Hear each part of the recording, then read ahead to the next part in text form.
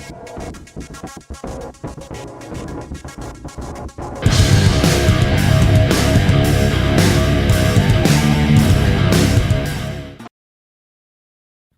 teman-teman, kali ini kita akan membahas sebuah film bencana berjudul The Perfect Storm. The Perfect Storm sendiri adalah sebuah film drama bencana biografi Amerika Serikat pada tahun 2000, garapan Wolfgang Petersen, dan berdasarkan pada buku non-fiksi pada tahun 1997 berjudul sama karya Sebastian Junger. Sebenarnya film ini terinspirasi dari kejadian nyata yang terjadi kepada para awak dan sang kapten sendiri yang berlayar menuju Flemish Camp yang terjadi pada tahun 91. Sebelum kita masuk ke dalam isi pembahasan, saya ingatkan kembali kalau ini adalah konten full spoiler. Jadi untuk kalian yang memang belum menonton filmnya, saya sangat menyarankan untuk menonton filmnya terlebih dahulu. Karena bagaimanapun pengalaman menonton film secara utuh akan jauh lebih baik. Jadi langsung saja kita masuk ke dalam isi ceritanya.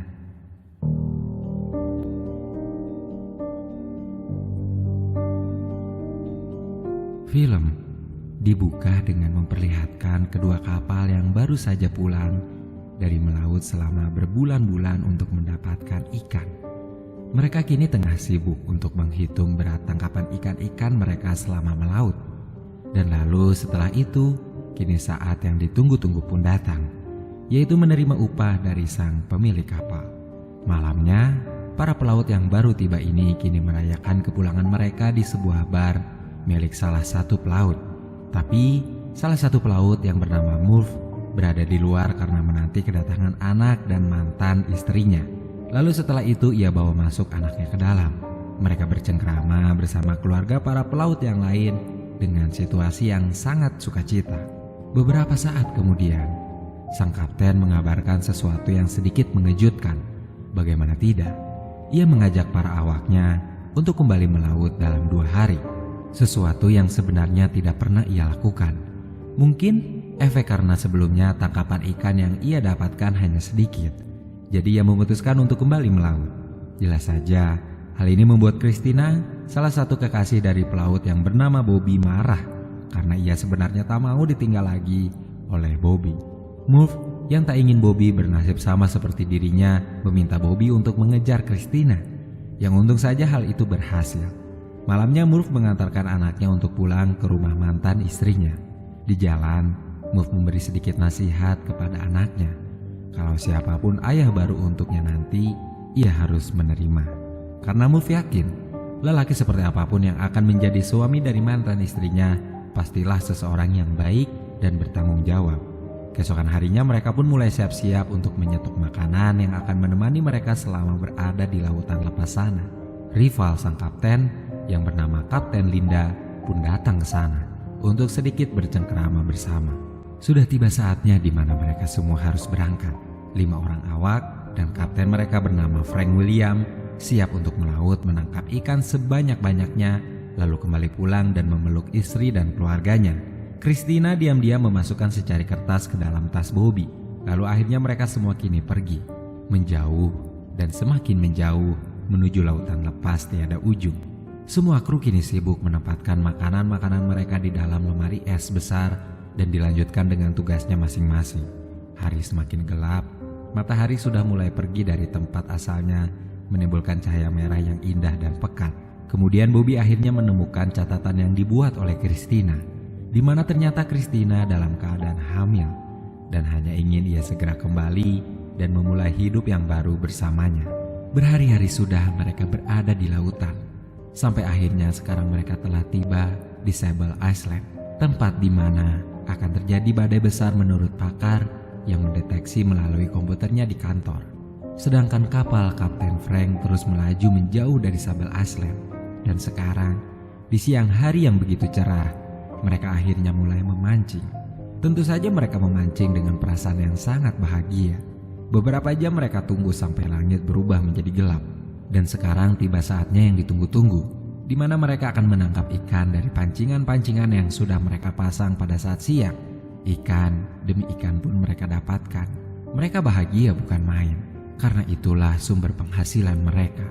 Semakin banyak ikan yang mereka dapat, maka semakin banyak uang yang akan mereka terima. Namun keesokan harinya, mereka tak mendapatkan ikan sebanyak yang mereka kira. Bahkan, mesin pendingin untuk ikan-ikan pun masih terlihat kosong. Tapi mereka terus mencoba dan mencoba untuk kembali memancing. Meskipun kini sang kapten pun mulai terlihat khawatir karena jumlah ikan yang mereka dapat semakin sedikit. Sampai akhirnya Bobby pun menghampiri kapten karena bagaimanapun juga ia butuh uang untuk memulai hidup yang baru bersama Christina. Ditambah sang kapten memang sudah menjanjikan akan mendapatkan ikan yang banyak. Kapten Frank hanya menyuruh Bobby untuk sabar karena ia tahu sebentar lagi ia akan mendapatkan ikan yang sangat banyak. Tapi ikan-ikan tak kunjung juga datang. Malah hanya ada gelombang yang sangat besar tiba-tiba menghantam kapal mereka ketika malam tiba. Keesokan harinya, akhirnya para awak ini ingin berbicara kepada kapten. Mereka semua mendadak menginginkan untuk kembali pulang. Beberapa kejadian aneh yang telah menimpa mereka membuat para awak ini memiliki firasat yang buruk. Namun sang kapten kembali meyakinkan mereka kalau ia akan dapat tangkapan ikan yang begitu banyak ketika sampai di Flemish Camp, yang akhirnya mereka semua setuju. Malamnya sang kapten mengontak Kapten Linda yang juga melaut dan berada di Grand Banks, jauh di belakang Kapten Frank. Linda merasa heran terhadap Frank. Karena bagaimanapun, Flemish Camp berada sangat jauh, bahkan jika dilihat dari peta sekalipun. Setelah berhari-hari melaut, akhirnya mereka kini tiba di Flemish Camp. Dan ternyata benar, di sana mereka mendapatkan ikan dengan jumlah yang banyak. Ikan demi ikan mereka tangkap yang kini hampir memenuhi lemari es raksasa yang berada di kapal tersebut. Namun meskipun begitu, ikan-ikan itu terus mereka tangkap dengan perasaan yang bahagia, karena itulah uang mereka. Tapi setelah ikan-ikan dengan jumlah yang banyak itu mereka dapatkan, kini mulai timbul masalah serius, di mana lemari es itu mendadak mati total. Karena memang lemari es tersebut sudah usang, jadi sang kapten harus mengambil keputusan di mana ia harus menghentikan tangkapan. Dan dengan keberuntungan yang semoga memihak kepada mereka, ikan itu masih bisa dipasarkan ketika sampai di pelabuhan. Jadi sekarang sang kapten memutuskan untuk kembali pulang. Tapi tiba-tiba sang kapten mendapatkan kabar dari layanan cuaca akan ada ombak dan badai dahsyat yang akan mereka lalui jika harus pulang hari ini. Atau jika mereka ingin aman, mereka bisa diam beberapa hari di sana sampai badai mereda lalu pulang. Tapi resikonya ikan-ikan yang sudah mereka tangkap akan membusuk. Jadi dengan keputusan bulat, mereka semua akan pulang dan coba untuk melewati badai tersebut. Kini badai pun sudah berada di hadapan mereka. Dengan penuh kecemasan, mereka pun masuk ke dalam badai tersebut. Ditemani Bobby, sang kapten terus memacu kapalnya melewati ombak demi ombak yang begitu tinggi dan menyeramkan. Sedangkan yang lain sibuk mengisi perut mereka di bawah sana. Gelombang yang semakin besar itu akhirnya mematahkan antena kapal mereka. Sedangkan di kantor pusat pelayanan cuaca, seseorang merasa kaget karena badai akan semakin besar dan berbahaya. Hal tersebut diketahui oleh Kapten Linda, di mana ia langsung terus menghubungi Kapten Frank. Dan mereka pun memberitahu lokasi di mana mereka berada kepada Linda. Linda coba melihatnya dari peta dan langsung menyuruh Frank untuk keluar dari sana dan merubah haluan karena kapal mereka menuju tengah-tengah pusaran badai yang sangat mengerikan. Naas, Kapten Frank tak mendengar itu karena sambungan mendadak terputus. Bobby pun langsung keluar dan naik untuk membetulkan antena mereka yang terputus akibat terjangan badai. Bobby terus berusaha untuk mengaitkan antena tersebut. Namun badai terlalu besar sampai-sampai membuat ia terjatuh dan hampir tercebur ke lautan lepas yang ombaknya sangat mengerikan. Sesaat kemudian, antena tersebut pun terbang jauh karena hembusan angin yang juga sangat kuat. Sekarang kapal mereka sudah sepenuhnya tak bisa diajak komunikasi. Sementara itu, Christina kekasih Bobby yang sedang di rumah merasa khawatir dan memutuskan untuk pergi ke bar di mana di sana sudah banyak orang yang menonton berita tentang badai yang begitu mengerikan sedang terjadi di tempat di mana para kekasih mereka ada di dalamnya. Di lautan lepas, Kapten Frank kini tengah berusaha untuk melepaskan penyeimbang kapal dibantu oleh para awak yang lain. Dengan susah payah, akhirnya penyeimbang itu bisa ia lepaskan. Mereka semua pun kini berkumpul di ruangan nahkoda kapal. Lalu sekarang berusaha untuk menutup kaca yang pecah terkena ayunan penyeimbang kapal sebelumnya. Tiba-tiba dari sisi kiri ombak dengan tinggi menghempaskan kapal mereka, membuat salah satu dari mereka terjun bebas ke lautan lepas. Tak tinggal diam, Bobby langsung menolong orang tersebut. Kini tak ada lagi raut muka keberanian di antara mereka. Sepenuhnya mereka sudah sangat merasa ketakutan akan badai yang seperti monster tersebut. Akhirnya dengan keputusan yang berat, sang kapten memutuskan untuk merubah haluan dan kembali menuju Flemish Camp karena ia merasa tak akan bisa melewati badai ini. Kini kapten dan Bobby hanya punya satu kesempatan agar bisa merubah haluan pada kondisi gelombang air yang begitu tinggi. Hal tersebut jelas akan sangat beresiko. Semua awak hanya diam dan berdoa semoga kapal mereka tidak terbalik. Dan kini sang kapten langsung memutar kapal tersebut dan Bobby melajukan kapal dengan kecepatan penuh, membuat kapal mereka melaju dengan sangat cepat di pusaran air yang begitu dahsyat. Dan dari samping tiba-tiba ombak yang sangat tinggi menghantam kapal mereka yang membuat kapal tersebut terbalik. Namun sesaat kemudian kapal tersebut kembali terbalik dan akhirnya mereka pun berhasil bermanuver dan menghindari badai yang sangat menyeramkan tersebut. Tak lama kemudian terlihat cahaya matahari yang menyinari kapal mereka. Kini mereka sudah hampir berhasil dan keluar dari badai itu. Namun beberapa saat kemudian langit kembali gelap. Sang kapten jelas paham badai ini tak mungkin begitu saja melepaskan mereka semua.